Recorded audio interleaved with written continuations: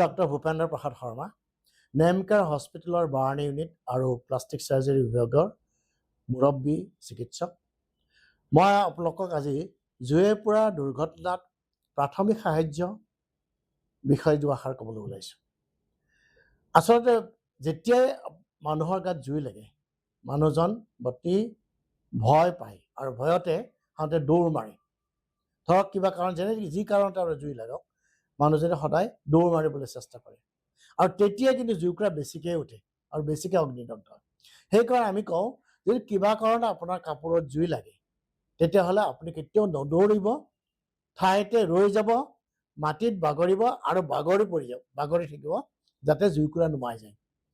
আৰু আন এজনে যিজনে দেখি থাকে তেওঁ হয়তো পানী গাৰ ওপৰত ঢালি জুইকুৰা নুমাবলৈ চেষ্টা কৰিব।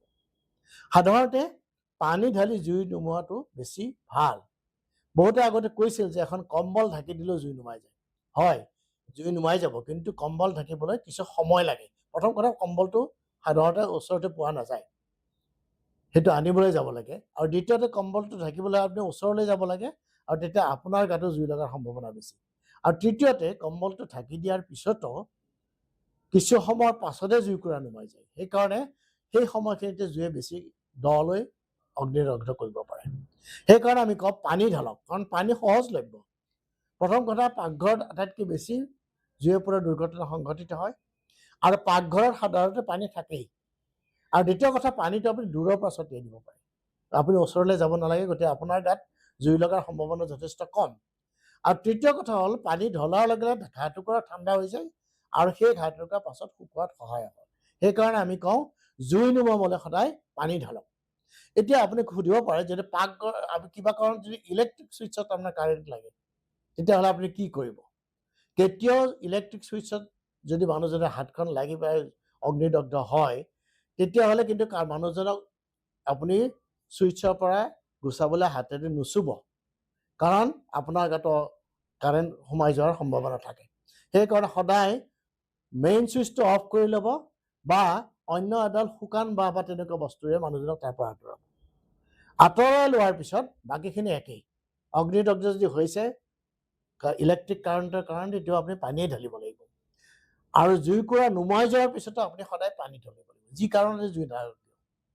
আৰু পানী তেতিয়ালৈ ঢালিব যেতিয়ালৈ আপোনাৰ পুৰণিৰ উপশম নহয়, তাৰমানে পুৰি থকা ভাৱটো যেতিয়ালৈ নাযায় তেতিয়ালৈ পানী ঢালি থাকিব। আৰু যদি হাতত বা ভৰিত বা তেনেকুৱা ঠাইত হয়, তেতিয়াহ'লে আপুনি এটা বাল্টিত পানী লৈ তাত জুবুৰাই থৈ দিব পাৰে, আৰু নহ'লে টেপৰ তলত থৈ দিব পাৰে। মুঠতে পানী হ'ল জুয়ে পুৰা দুৰ্ঘটনাৰ প্ৰাথমিক সাহায্য। আৰু দ্বিতীয় কথা, জুইকুৰা নুমাই যোৱাৰ পিছত ঘাঁ টুকুৰাত কেতিয়াও কোনো ধৰণৰ মলম বা কোনো প্ৰলেপ গৰম থকা অৱস্থাত কেতিয়াও নলগাব, কাৰণ ওপৰত প্ৰলেপ এটা লগাই দিলে সি তাপটোক ধৰিয়ে ৰাখে আৰু বেছি ভিতৰলৈ সোমাই যায়। আৰু দ্বিতীয়তে, অপৰিষ্কাৰ হাতেৰে যদি কিবা ধৰণৰ মলম লগাবলৈ যায়, তেতিয়া আপুনি ঘাঁ টুকুৰাত সংক্ৰমণ হোৱাৰ সম্ভাৱনা থাকে। সেইকাৰণে আমি কওঁ যে জুয়ে পুৰা ঘাত কেৱল পানী ঢালক আৰু তাৰপিছতে যিমান পাৰি সোনকালে হস্পিটেললৈ লৈ যাওক। যাওঁতে হয়তো আপুনি এখন তিতা কাপোৰ গাত দি উতলাই যাব পাৰে। আৰু এটা কথা মনত ৰাখিব, কেতিয়াও বৰফ দিব নালাগে, কাৰণ বৰফ দিলে হয় কি, আমাৰ তেজবাহী নলীবিলাক সংকোচন হয় আৰু ফলত তেজ চলাচলটো কমি যায় আৰু ফলত ঘাঁ টুকুৰা শুকোৱাৰ পিছত অসুবিধা হয়।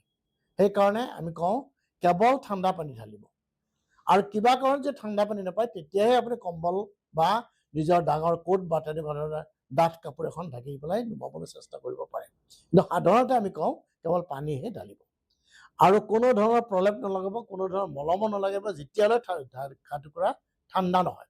কিন্তু কেতিয়াবা যদি ধৰক আপোনাৰ কমকৈ পুৰিছে, ঘৰতে পুৰিছে, আপুনি ভালদৰে পানীত ঢলাৰ পিছত বা পানী জুবুৰাই থোৱাৰ পিছত যেতিয়া পুৰণিৰ উপশম হ'ব, যদি কম ডোখৰ ঘাম হয়, তাত আপুনি পিছত কিবা মলম লগাব পাৰে, কিন্তু সেইটো কমেও আধা ঘণ্টামান পাছতে কৰিব, লগালগে কেতিয়াও নকৰিব। এইখিনি হ'ল প্ৰাথমিক সাহায্য।